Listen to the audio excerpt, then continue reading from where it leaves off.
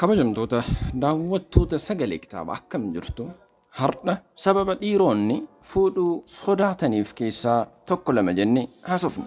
Amma xumura qophii keenyaatiin faana turan affeerraa keenya guddaa ta'a.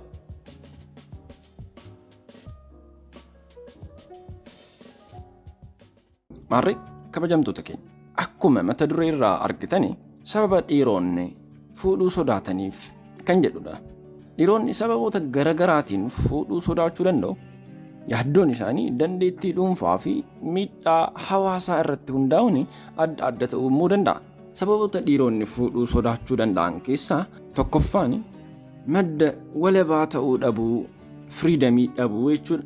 Dhiironni muraasni fuudhuun walaba ta'uu fi bilisummaa isaanii daangeessuu danda'a jedhanii sodaachuu danda'u. Akkasumas immoo yaada nama biraa malee murtee gochuu dandeettii isaanii dhabuu sodaatu. Maarree firiidamiin waan guddaadha. Sababa lammaffaa dhiironni fuudhuu sodaataniif immoo yaaddoo maallaqaa, responsibility maallaqaa isaan irratti fe'amudha. Fuudhuun itti gaafatamummaa maallaqa fiduu danda'a. Dhiironni immoo maatii jiraachisuu yookiin maallaqa waloo bulchuu irratti yaaddoo qabaachuu danda'u. Kanatu akka isaan hin fuune yaaddoo itti uumuu danda'a. Sababni sadaffaan immoo rakkoo yeroo dheeraadhaaf waliigalteetiin isaan wajjin turuu jechuudha. Sodaa waliigalteewwan yeroo dheeraa yookiin jireenya guutuu nama tokkicha waliin jiraachuu yaaduun dhiphina uumuu danda'a. Nama kana wajjin waliin galu akkamitti walii galuu danda'a? Kun mataa isaanii dha'uu danda'a. Keessumattuu immoo yoo walitti dhufeenya milkaa'aa hin arganne ta'e kan caalu daran kan sammuu namaa dha'u ta'a jechuudha. Sababni afuraffaan dhiironni fuudhuu sodaataniif sodaa gargar ba'uuti. Carraan gara fuulduraatti gargar ba'uu dandeenya yoo gargar baane hoo kan jedhu kun keessumattuu immoo miidhaa hawaasummaa fi maallaqa isa wajjin dhufuu danda'u kan sodaatamudha.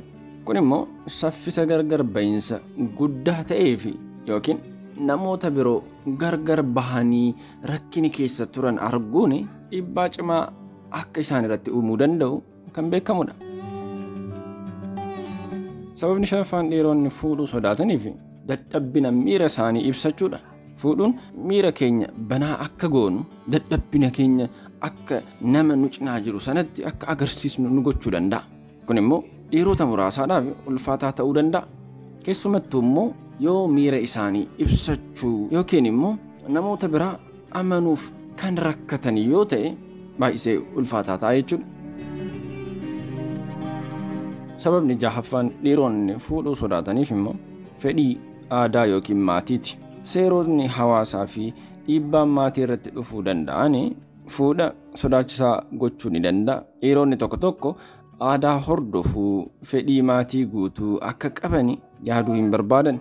Yoo immoo fedhii maatiin ishee qabu guddaa ta'uusaa yoo hubate fedhii maatii isaanii wajjin deemuu akka hin dandeenye, fedhii inni barbaadu wajjin deemuu akka hin dandeenye waan amanuuf akka maatiin ishee isa jedhanitti buluu hin barbaadu ta'a. Kun immoo bultiin akka rakkisaa ta'u gochuu danda'a jechuudha.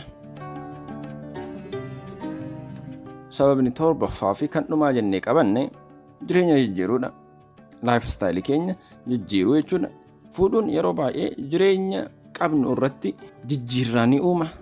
Dhiironni immoo jireenya qaban sana irratti jijjiirraan akka hin dhufne kan barbaadan yoo ta'e filannoowwanii fi amala isaanii akka isaan barbaadanitti osoo hin taane akka namni isaan cinaa jiru sun akka fedhetti akka jijjiiran kan sodaatan yoo ta'e fedhiin bultii isaanii irratti jiru ni jijjiirama jechuudha. Kanaaf bultiin waan maachuritii barbaadu, bilchina keessan barbaadu tokko waan ta'eef waanuma hunda keessatti sodaan akkuma jiru ta'ee sodaaleewwan kun garagara ta'uu danda'u. Namni hundu wal dura jiraachuu irratti yaaddoo wal fakkaataa hin qabu. Kanaaf sodaa keenya akkatti hiikuu qabnu namas haasofsiisuu yoo qabaanne haasofsiisuu qabna. Sodaan uumama waan ta'eef sodaa sana wajjin wal simnee jiraachuu barachuu qabna jechuudha.